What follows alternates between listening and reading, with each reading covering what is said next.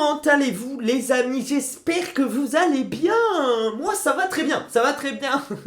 Nouveau plan de caméra, je suis pas sur ma chaise, j'ai levé la caméra pour être un peu debout parce que j'en ai marre d'être assis. Les amis, lundi il n'y a pas eu de vidéo, pourquoi? Parce qu'en fait j'ai pas eu le temps.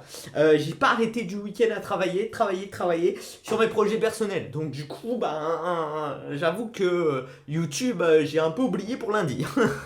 J'ai pas eu de vidéo, j'ai pas eu le temps de tourner, j'ai pas eu le temps de monter. Bref, je me rattrape pour vendredi, etc. avec des nouveaux mangas. Et de vous découvrir d'ailleurs des mangas. Parce que oui, il faut que je vous fasse découvrir aussi des nouveautés, des petites choses, etc. Peut-être que vous avez vu, ça vous titille, etc. Vous vous demandez qu'est-ce que c'est. Le 2 juin, il y a eu The Quintessential Quintuplé, le volume 9, qui est sorti. Donc, un volume bleu cette fois-ci. Comme vous le savez, je sais pas si vous avez su, c'était beaucoup de... c'est des mangas de couleurs, ils sont très très jolis. J'aime beaucoup quand c'est pas de la même couleur, etc. Que ça différencie un peu à la My Hero Academia. Je ne l'ai pas lu, voilà, The Quintessential Quintuplé. C'est un shonen de type harem, donc un peu romance, un petit peu romance, hein, vous voyez. Les volumes de The Quintessential Quintuplé m'ont toujours plu, toujours plu. Donc je vais vous dire un petit résumé de ce petit manga, le volume 9, qui a une très très jolie couverture. L'implication des quintuplés dans leurs études et celle de Futaro dans sa mission a fini par payer. Ils font tous leur entrée en terminale. Comble de bonheur pour les filles et de malchance pour Futaro. Ils se retrouvent dans la même classe. Et le moins que l'on puisse dire, c'est que la bande des 6 ne passe pas inaperçue. Entre études, petits boulots, amour et amitié, l'année risque de ne pas être de tout repos. En tout cas, on verra bien qu'est-ce que ça va nous donner. Je le lirai, je vous dirai ce que j'en pense, etc. Plus tard, bien plus tard, je sais pas quand. Mais je dirai ce que j'en pense, etc. Ça se finit en 14 volumes au Japon. Donc on est bientôt à la fin en France. Voilà, on est bientôt à la fin. Plus que du coup 5 volumes. Pour The Quintessential Quintuplé. Donc si vous voulez lire et commencer un peu la romance, le harem, etc. Et c'est du shonen, hein, dans l'esprit shonen. Allez-y, venez découvrir ça parce que c'est vraiment pour moi un très très bon manga, très bonne lecture. Un manga que vous avez choisi de commencer, L'Attaque des Titans en édition simple. On est toujours sur le volume du coup 3 que j'ai pu lire, qui a été très très bon. Donc j'ai un peu oublié déjà le volume 1 et 2, donc je me les remémorerai à chaque fois. Au fur et à mesure, je les relirai tout d'un coup parce que j'avoue que ça faisait un petit bout de temps que je les ai plus lus et au tome 1 et 2 je pense qu'on n'a pas assez d'histoire pour s'en souvenir. Un petit résumé de ce volume 3. Ce volume 3, c'est le titan colossal qui est de retour pour défoncer le mur et permettre à ses congénères d'envahir la cité.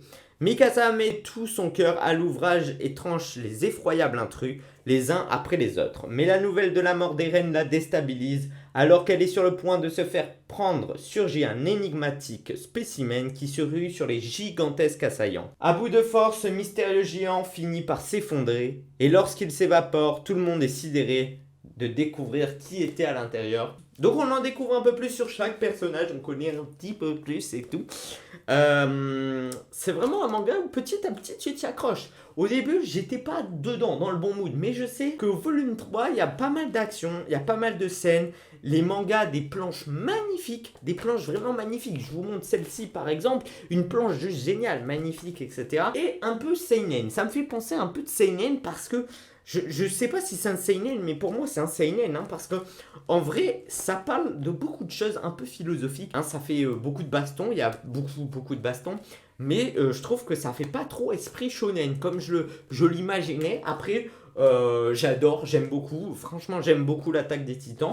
Mais en vrai, il faudrait que je les relise en entier pour avoir bien l'histoire incrustée dans mon cerveau. Comme ça, je le connais bien et je sais de quoi ça parle. Tu vois ce que je veux dire? L'Attaque des Titans, j'avais dit que c'était un shonen. Je me suis gouré. Je viens juste de voir que c'était écrit quand même seinen juste sur la tranche.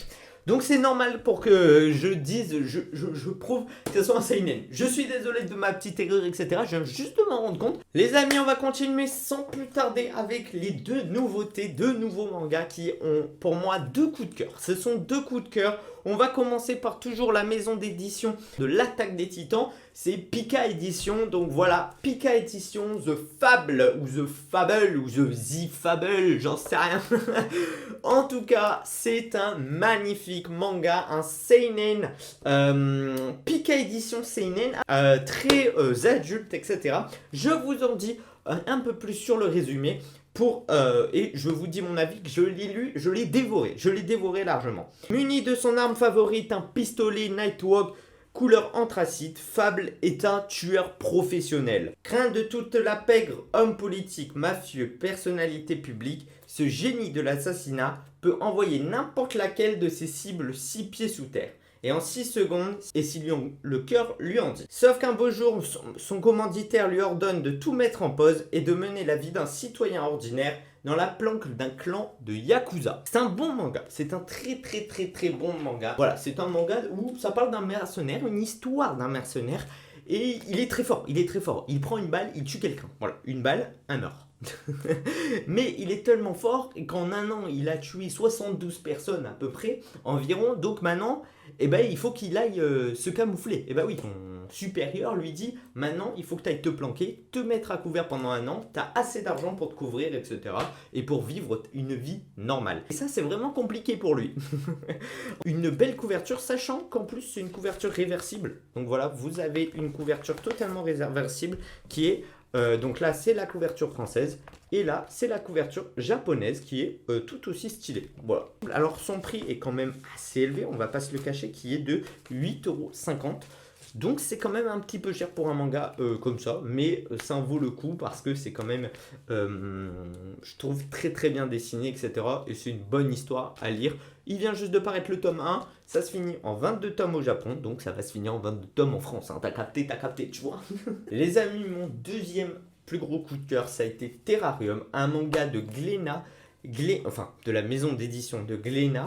Terrarium, c'est dans un monde totalement en ruine, d'accord? C'est un monde en ruine où l'humanité est sur le déclin. Chico, la technologue d'investigation, et son petit frère Pino arpentent des colonies délabrées où des robots poursuivent leurs tâches comme si de rien n'était. Ces deux explorateurs tentent de les accompagner dans leurs derniers souhaits, mais à quoi bon quand la fin approche d'heure en heure? En gros, ce manga-là, c'est une histoire de science-fiction, 100% science-fiction. Il faut adorer la science-fiction. Ça veut dire qu'il faut adorer les robots, il faut aimer tout ce qui est robot. Et on arrive dans une époque où en gros, on est à l'intérieur d'une sphère, quoi. On est à l'intérieur, on ne vit plus à l'extérieur de la Terre vraiment. C'est son propre environnement. Tout est électrique, tout a de l'électricité. Et on a développé des robots qui sont presque nos frères, nos sœurs. C'est normal de voir des robots, vous voyez. On a de très jolies pages couleurs qui sont ici au début du manga, qui sont très jolies à voir, très jolies. Ça fait un peu poétique, un peu poésie, voilà, sur Terrarium, puisque les planches sont très jolies. C'est très coloré en soi dès le début. Enfin, dans les planches du début, on voit que c'est un manga coloré. Et en fait, on s'imprègne de ces planches du début pour se les mettre à l'intérieur. Et on prend. Et c'est ça qui est bien dans ce manga, c'est que ces planches du début nous permettent d'imaginer comment sont les personnages en couleur. Et donc la couleur a pu nous aider de nous imprégner tout le manga en couleur presque. Enfin moi je l'ai ressenti comme ça, on voit que c'est très végétalisé. C'est des mondes très végétaux. C'est un manga que je vous conseille fortement. C'est un manga qui parle d'autre chose, qui est totalement différent des autres mangas qu'on a l'habitude de voir. Un héros qui combat des criminels, de la baston, etc. Là, il n'y a pas de baston. Hein. Là, ça répare, ça essaye de découvrir comment sauver le monde, mais d'une manière totalement inattendu et totalement inédit pour moi, je trouve.